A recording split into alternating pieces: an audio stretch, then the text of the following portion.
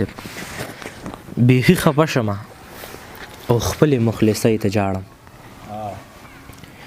بیخي خفه شمه او خپلې مخلصۍ ته جاړم. دوه مخونه لرې زه ستا دورنګۍ ته جاړم. او پس ستا له تلو مې هسې بوج د په اوږو پرته ده. څنګه به تېره شي زه خپلې زندګۍ ته جاړم. زه دې عادت کړم د خبرو بیا دې پرېښودمه. بې ننګه یاره زه ستا دغې بې حسۍ ته جاړم. ستا د جفا قصې کومه د کوټې دیوال ته. ستا د جفا قصې کومه د کوټې دیوال ته. راپسې خاندي تنهایي زه تنهایۍ ته جاړم.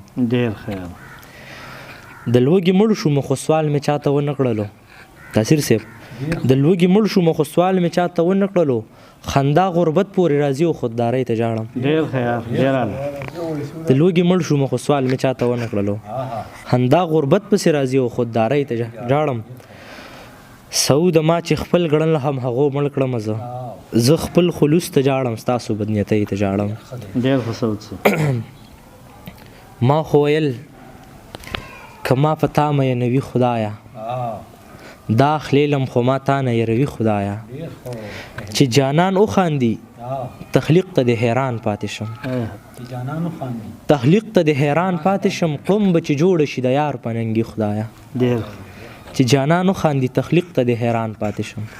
قوم به چې جوړه شي د یار په ننګي خدایه. زه ټوله شپه د دروازې نه سترګې نه وباسم. یو چا واده کړی د شپې له به راځي خدایه.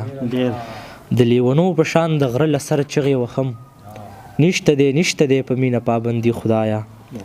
زه خپل هلوس ګورم د خلقو بدنیتي خدایه. له مانه نه کېږي بس نوره زندګي خدایه. او په څه خبره یې زما نه دومره زړه تور شوی. په څه خبره یې زما نه دومره زړه تور شوی. نه کوي ما باندې سلام پیغمبري خدایه. د یار د تلو نه پس بیخي په ژوندون نه یم پوهه. ملګری شوي د زمانه امیدي خدایه. ما ښکته کړی وي د یار مخې ته سر سعوده. ما ښکته کړی وي د یار مخې ته سر سعوده. ما به یو ورځ وجني د خپله خاموشي خدایه. ما به یو ورځ وجني د خپل خاموشي خدایه.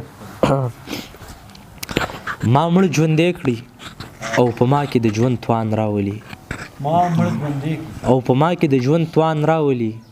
د یار خندا مې د زړه کور باندې طوفان راولي. او تمه له هغه ظلمو څنګه د انقلاب وساتم. جامې ترې وباسي حجرو ته یې ژړاګان راولي.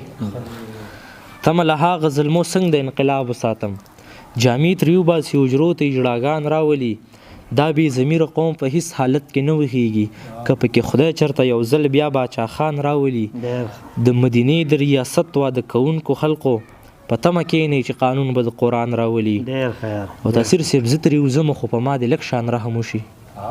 زه ترې وځم خو په ما دې لږ شان رحم وشي. ما دې خپل ځان د ذات له قیده تر زندان راولي.